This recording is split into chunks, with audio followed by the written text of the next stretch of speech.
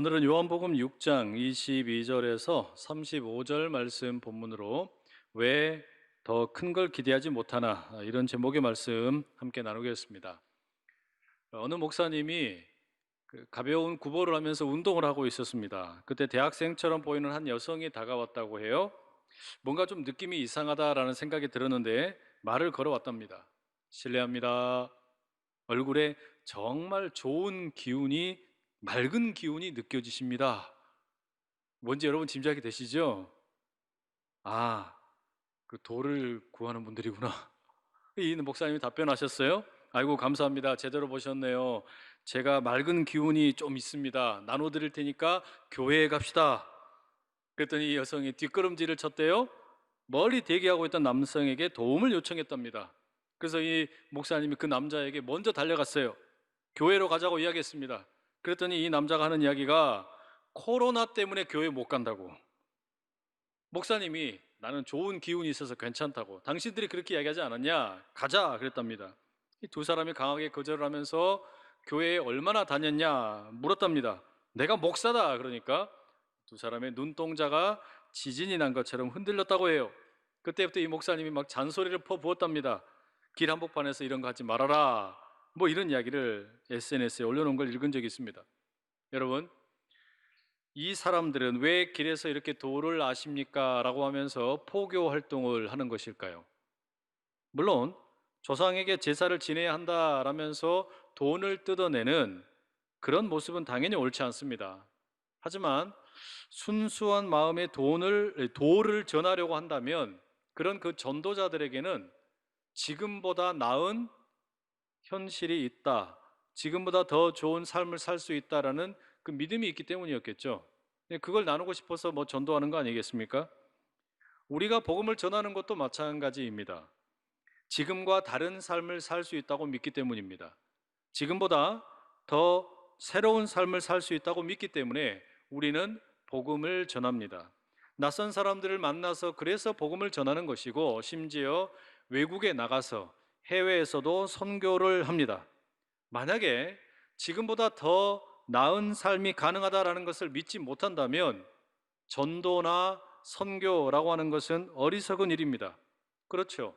지금 오늘 이 자리에 앉아 있는 저와 여러분 모두는 적어도 지금보다 더 나은 삶이 가능하다는 것을 믿는 겁니다. 우리는 그 믿음이 있기 때문에 이 자리에 앉아 있는 것이지, 그렇지 않다면 우리가 이 자리에 앉아서 예배를 드리는 것은 헛된 일 중에 최악의 헛된 일일지도 모릅니다. 제가 미국에서, 캐나다에서 유학생을 하는 동안에 경험했던 북미 사회는 조금은 달랐던 것 같습니다. 우리가 잘 아는 마틴 루터 킹 목사님이 계시죠. 흑인의 인권 운동의 대표적인 지도자입니다.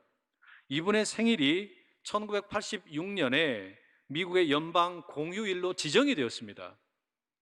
매년 1월 셋째 주 월요일은 마틴 루터 킹 주니어 데이라는 이름으로 미국 전역이 공휴일로 지킵니다. 제가 기억하는 한으로는 개인의 이름을 딴 유일한 미국의 국가 공휴일입니다. 대단하죠? 어마어마하게 기념을 해주는 거죠. 그런데 여러분, 제가 짐작하기에 마틴 루터 킹 목사님이 한국에서 활동했다면 절대 이런 대접 받을 수가 없어요. 이런 후원 대접 받을 수가 없습니다. 왜냐? 이분은 여러 가지 많은 추문에 시달렸습니다. 인권운동 단체에 들어오는 돈으로 정기적으로 매춘 여성을 찾아다녔습니다. 여성 편력의 문제가 보통 심각한 게 아니었어요. 자신이 쓴 박사 논문의 3분의 1이 표절이었습니다. 심지어 우리가 그렇게 유명하게 잘 알고 있는 I have a dream, 나에게는 꿈이 있습니다라는 연설도 다른 목사님의 연설을 베낀 것으로 드러나기도 했습니다. 이처럼 수많은 구설수가 있었다는 말이에요. 다윗은 어땠을까요?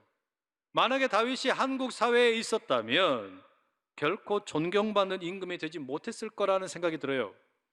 아무리 과거에 골리앗을 쓰러뜨리고 또 수많은 업적을 쌓았다 할지라도 그가 밧세바와 부적절한 관계를 갖는 순간 한국 사회에서 그는 매장될 수밖에 없어요.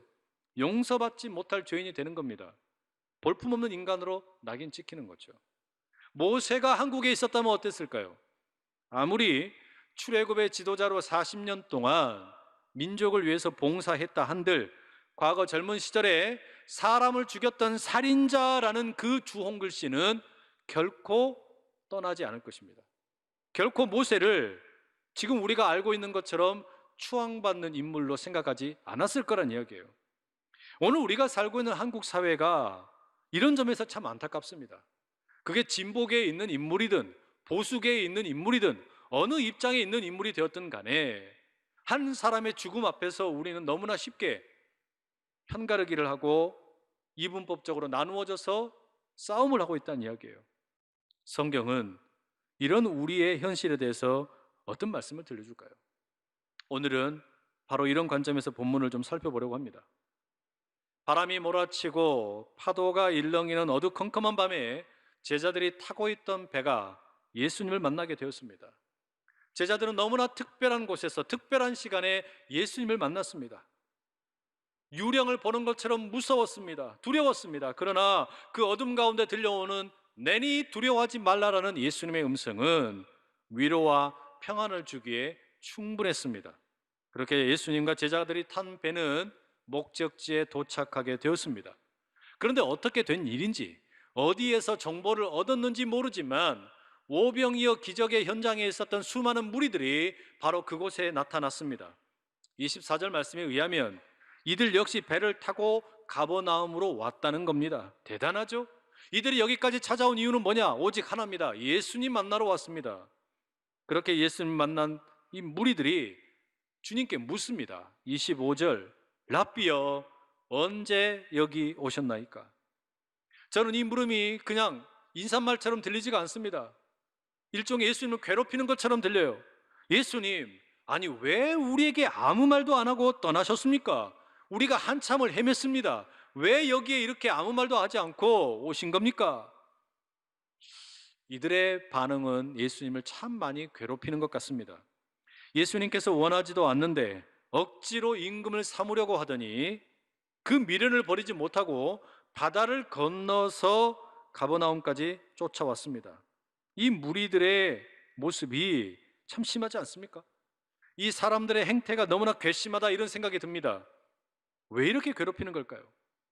결국 예수님께서도 이 무리들을 향하여 한마디 하십니다. 26절, 내가 진실로 진실로 너희에게 이르노니 너희가 나를 찾는 것은 표적을 본 까닭이 아니요 떡을 먹고 배부른 까닭이로다. 예수님은 이 사람들의 속마음을 다 꿰뚫어보고 계셨어요. 이들이 예수님을 찾아서 배를 타고 바다를 건너온 이유가 뭐냐? 예수님을 하나님의 아들이라고 믿어서 온 게 아니라는 말이죠. 메시아인 것을 믿어서 온 게 아니라는 이야기예요. 떡을 먹어보고 물고기를 먹어본 경험이 있기 때문에 왔다라는 말입니다. 그러니 예수님을 만나면 또 떡 먹을 수 있을 것이다, 또 물고기 먹을 수 있을 것이다, 바로 그 이유로 찾아왔다는 말입니다.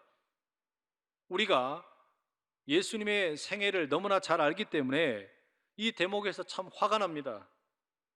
아니, 예수님은 이제 십자가를 짊어지기 위해 예루살렘에 올라갈 거 아닙니까? 우리 모두의 죄를 위해서 죽으시고 온 세상의 죄를 씻을 일을 감당하셔야 하는데, 아니 어떻게 또 떡 달라고 물고기 달라고 예수님을 쫓아와서 괴롭히냐라는 말이에요. 참 너무하지 않나 이런 생각이 듭니다. 이렇게 보면 예수님의 말씀은 이 무리들을 향해 꾸중하는 것으로 이해할 수 있습니다. 하지만 이것은 단지 이 무리들을 나무라신다기보다 안타까운 마음으로 읽는 것이 더 좋겠습니다. 다시 말해, 예수님께서는 이 무리들의 그 열심, 배를 타고 바다를 건너서 자신을 찾아온 그 동기를 보면서 안타까운 마음으로 이야기하시는 겁니다. 사실 무리들을 향한 예수님의 본심은 왜 먹을 것만 보고 나를 찾아오느냐, 여기에 대해서 화를 내시는 게 아니고, 달리 말하면 오늘 설교의 제목처럼 왜 더 큰 걸 기대하지 못하느냐, 왜 더 큰 걸 기대하지 못하느냐, 여기에 초점이 있습니다. 그래서 27절에 이렇게 말씀하시죠. 썩을 양식을 위하여 일하지 말고 영생하도록 있는 양식을 위하여 하라. 이 양식은 인자가 너희에게 주리니 인자는 아버지 하나님께서 인치신 자니라. 예수님은 무리들에게 썩어서 없어질 양식이 아니라 영생하도록 있는 양식을 위해서 일하라고 말씀하십니다. 이 말씀을 달리 표현하면 제발 그냥 근시안적으로 눈앞에 보이는 것만 생각하지 말고 더 멀리 내다보라는 이야기예요. 더 큰 걸 기대할 수는 없겠느냐라는 말씀입니다. 왜 더 큰 것을 바라보지 못하느냐라는 말이에요.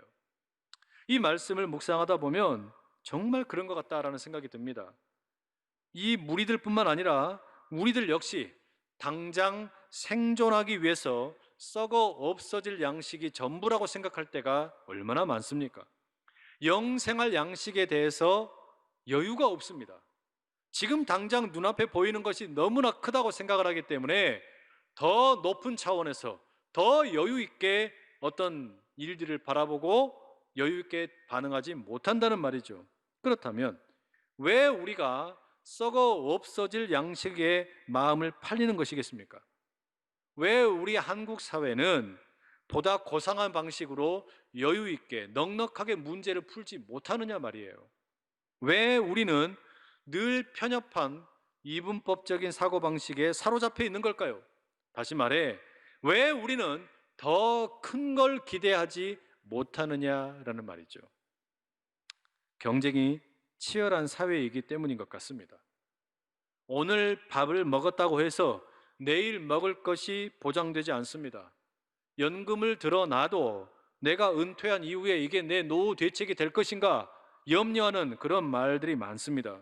다시 말해, 우리는 한국 사회에 살아가면서 이 사회에서는 나눠 먹을 수 있는 것이 부족하다. 그러니 남의 것이라도 더 빼앗아야 된다. 이런 생각이 있는 거 아닌가 생각이 됩니다. 오늘 당장 어떻게 생존해야 할지 모르겠다라는 말이죠. 그러니 무슨 영생할 음식을 고상하고 수준 높은 차원에서 생각할 여유가 없어요. 그죠? 오늘 먹고 살 문제가 전부처럼 여겨지는 겁니다. 이게 전부이다 보니까 어떻습니까? 할 수만 있다면 경쟁자를 제거해야 합니다. 그가 살아있는 자이든 죽은 자이든 상관없습니다. 상대방의 장점이나 본받을 만한 정보를 찾아내기보다는 비난할 거리를 찾는 거예요. 어떻게 하면 저 사람을 흠집낼까? 어떻게 하면 저 사람을 무너뜨릴까? 이런 생각이 우리 속에 더 많이 지배적인 것 같다는 말이에요. 그러니 우리가 함께 모여서 늘 하는 이야기가 뭡니까? 남들 비난하는 이야기예요. 다른 사람들에 대해서 흠집을 내는 이야기입니다. 교회도 그래요. 어느 지역 교회에 문제가 생기면 그 문제를 만난 교회의 가장 큰 적은 이웃교회라는 말이 있습니다. 옆에 있는 교회가 어려움을 만나면 우리 교회가 반사 이익을 누릴 수 있겠지, 이런 이기적인 생각이 우리 속에 꽉 차 있다는 이야기예요. 여러분, 우리 한국 사회와 한국 교회의 이런 안타까운 현실이 너무나 안타깝지 않습니까? 그러면 예수님께서는 어떤 의도로 썩어 없어질 음식이 아니라 영생하도록 있는 양식을 위하여 일하라 말씀하시는 거겠습니까? 이게 어떤 의미이겠습니까? 예수님의 이 말씀은 당시에 그 배고픈 사람들에게 더 많은 떡을 주시는 것보다 근본적으로 배고픔 자체를 해결할 길을 제시하겠다는 겁니다.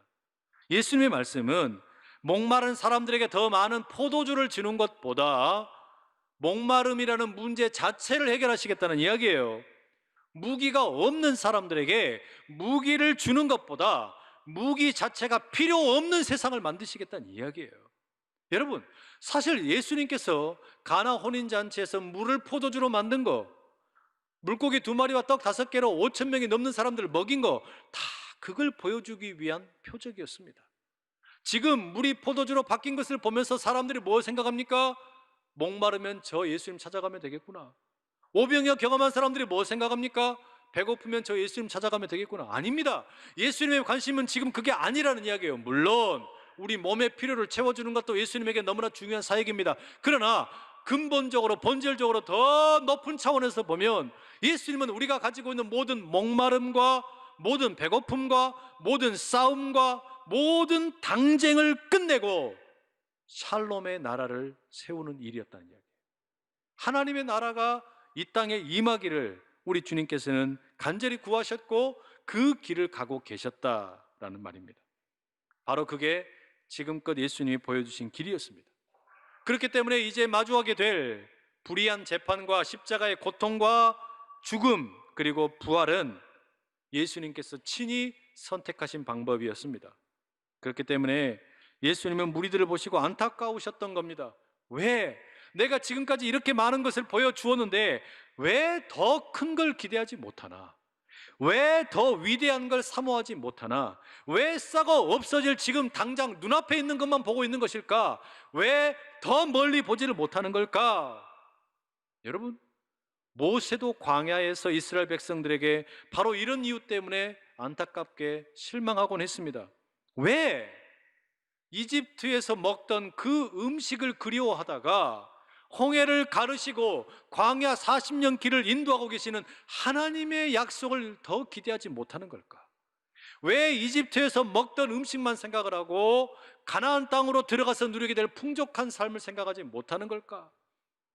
수많은 예언자들 역시 바로 그런 마음으로 이스라엘 백성들을 향하여 외치지 않았겠습니까? 왜 바벨론의 힘과 무기 앞에서는 벌벌 떨면서 정작 온 세계를 다스리는 하나님의 계획과 하나님의 큰 일을 기대하지 못하는 것일까? 정작 우리가 병석에 누워서 의사 선생님들에게 우리 몸을 맡겨드리면서도 우리의 진정한 몸과 영혼을 책임지고 도우시는 치료자 되시는 여호와 라파 하나님을 기대하지는 못하는 것일까? 왜 우리가 은행에 가서 은행의 도움을 받기 위해서는 수많은 여러 가지 일들을 하면서도 진정한 부요함이 되시고 진정한 능력이 되시는 우리 하나님을 기대하지는 못하는 것일까? 이것은 오늘 우리에게도 너무나 중요한 과제입니다. 왜 세상의 경제 논리에 휩싸여서 더 큰 것을 기대하지 못하는 걸까? 왜 오병이어의 이야기를 공부하면서도 함께 나눌 생각을 못할까? 왜 홍해 바다가 갈라지는 것을 보면서도 내 인생의 홍해를 가르실 하나님을 기대하지 못하는 걸까? 왜 이스라엘 백성들이 낮에는 구름 기둥으로 밤에는 불 기둥으로 인도함을 보면서도 내 인생의 낮과 밤을 책임지시는 분이 하나님이라는 것을 기대하지 못하는 걸까? 우리 주님은 바로 그런 우리들의 모습을 안타까워 하시는 겁니다. 여러분, 우리 스스로에게 한번 물어봅시다. 왜 우리는 하나님으로부터 더 큰 걸 기대하지 못하는 걸까요? 왜 우리는 좋으신 하나님이 계신데, 왜 우리는 우리와 함께 하시는 하나님이 계심에도 불구하고 더 큰 걸 기대하지 못하고 늘 눈앞에 있는 것에 쩔쩔매고 있는 것일까요? 29절에 예수님이 답변을 주십니다. 하나님께서 보내신 일을 믿는 것이 하나님의 일이니라. 왜 우리가 더 큰 것을 기대하지 못하느냐?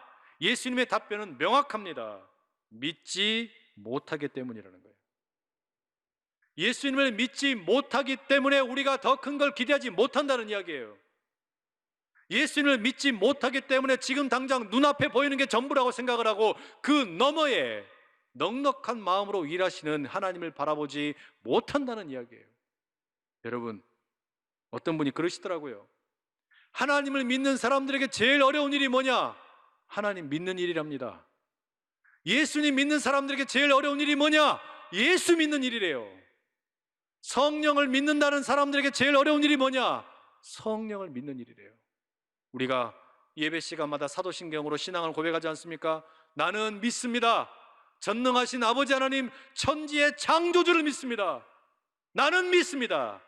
그의 유일하신 아들 독생자 예수 그리스도를 믿습니다. 나는 믿습니다. 성령을 믿습니다. 나는 교회를 믿습니다. 그런데 우리가 그 하나님을 믿지 못해서 눈앞에 있는 것만 바라보다가 정작 더 큰 일을 기대하지 못한다라는 겁니다. 왜 그럴까요? 우리 현실이 너무 크게 느껴지기 때문이겠죠. 우리의 현실이 너무 커서 엄중하기 때문에 코로나가 너무 무서워서 코로나가 둘러싸고 있는 이 현실이 우리를 얽어매니까 겁나는 겁니다. 두려운 겁니다. 하나님보다 이게 더 큰 거예요. 그래서 예수님께서 아무리 말씀하셔도 하나님의 아들로 이 땅에 오신 것을 믿지 못합니다. 그렇기 때문에 우리는 자꾸 뭔가를 먼저 해야만 된다고 생각을 합니다. 액션을 취해야 된다고, 사역을 해야 된다고, 뭔가를 자꾸 하려고만 한단 말이죠. 무언가를 해야만 내가 영생하도록 있는 영식을 얻을 수 있을 것만 같고 결과를 만들어내야만 할 것 같은 그런 압박감을 느낄 때가 참 많습니다. 그런데 예수님 뭐라고 말씀하시는 겁니까? 아니다. 아니다. 무언가 먼저 하려고 하지 말고 믿어라. 믿는 것이 먼저다. 정말로 내가 하나님의 자녀가 되는 것을 믿는 것. 정말로 내가 예수님의 십자가와 부활을 통해서 구원받았다는 것을 믿는 것. 정말로 내가 성령님과 함께 동행하고 있다는 것을 믿는 것. 바로 이 존재의 변화가 가장 중요하다는 겁니다. 이게 있어야 비로소 성경 말씀도 읽을 수 있고 설교 말씀도 들리고 주님의 음성이 의미 있게 다가온다는 말이죠. 여기에서 제자들과 무리들이 달라지는 거예요. 제자들은 한밤중에 바람이 불고 파도가 칠 때 배를 타고 가다가 예수님의 말씀을 들었습니다. 얼마나 무서웠겠습니까? 자신들의 눈앞에 보이는 것은 어둠이고 파도이고 바람입니다. 그런데 바로 그 속에서 무엇을 들었냐면 예수님의 세미한 음성을 들었어요. 내니 두려워하지 말라. 이 음성 한번 들었기 때문에 지금 무리들과 뭔가 다른 믿음의 시작을 가질 수 있게 되었다는 말입니다. 무리들은 오병이어의 기적은 경험했지만 예수님의 음성을 듣는 데는 훈련이 되질 않은 거예요. 여전히 이들에게는 눈앞에 보이는 배고픔이 우선입니다. 눈앞에 보이는 목마름이 우선입니다. 눈앞에 보이는 정치적인 현실이 우선이 되어버렸다는 이야기예요. 여러분, 우리에게 이 믿음의 눈이 열리기를 축복합니다. 우리에게 진정으로 하나님을 믿는 이 믿음의 결단이 있기를 축복합니다. 여러분, 우리가 하나님 정말 잘 믿읍시다. 예수님 잘 믿읍시다. 성령님 잘 믿읍시다. 그래야 더 큰 걸 기대할 수 있다는 말입니다. 그래야 우리가 더 넉넉한 마음으로 이 세상 가운데 예수 믿는 사람답게 살 수 있다는 이야기죠.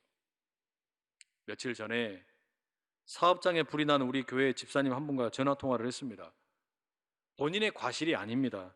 옆에 있는 공장에 불이 났는데 이 불이 우리 집사님 공장에 옮겨 붙었어요. 급하게 잘 껐습니다. 그리고 사고 현장을 수습을 하고 신속하게 진행을 해서 지난 금요일에 공장을 재개했다고 합니다. 마음이 얼마나 어려우실까 싶어서 물었어요. 집사님 괜찮습니까? 그랬더니 이 집사님 뭐라고 답변하시냐? 목사님, 이번 화재를 통해서 그리스도인이 어떻게 사는 사람인지 보여주고 싶습니다. 지금 옆에 있는 이 공장에 피해를 더 많이 입은 사람에게 뭐 돈을 물어내라 책임을 져라 말하지 않고 싶습니다. 좀 기다리죠 뭐. 일단 제가 할 수 있는 최선을 다해서 보험사와 일을 해결해보고 저는 최선을 다해 노력하고 예수 믿는 사람이 어떻게 사는 것인지 저 사람들에게 보여주고 싶습니다. 너무나 감사한 고백이었어요. 기가 막힌 고백이더라고요. 여러분, 이분법적인 흑백 논리로 따지고 보면 이런 말 못해요. 누군가에게 책임이 있고 없고 이거 따지려고 하면 이런 이야기가 어떻게 합니까? 불가능한 이야기잖아요. 우리 주님을 믿기 때문에 이런 고백이 나오는 겁니다. 전능하신 하나님을 믿기 때문에 이 고백이 나온다는 것을 여러분 믿으시기를 축복합니다. 하나님을 믿기 때문에, 예수님 믿기 때문에, 성령님을 믿기 때문에 지금 내 현실은 공장이 불이 탔지만 막중한 피해를 입었지만 그러나 우리 하나님은 이것보다 더 큰 일을 하실 분이다. 나는 더 큰 일을 기대한다. 여러분, 이 믿음이 우리 가운데 있기를 간절히 축복합니다. 코로나 때문에 아무것도 기대를 못해요. 아무런 소망이 없어요. 교회들마다 다 축 처져 있어요. 성도들마다 아무런 믿음의 능력이 없어요. 다 풀 죽어 있는 상태입니다. 여러분, 바로 지금이 코로나와 같은 막중한 현실이기 때문에 더 큰 일을 기대하실 수 있기를 축복합니다. 코로나라고 하는 것이 더 엄중한 현실이기 때문에 마치 홍해 바다와 같은 위기이기 때문에 더 큰 일을 기대하고 더 멀리 내다보고 주님의 도우심을 붙들고 달려가는 모든 믿음의 사람들 되시기를 간절히 축복합니다.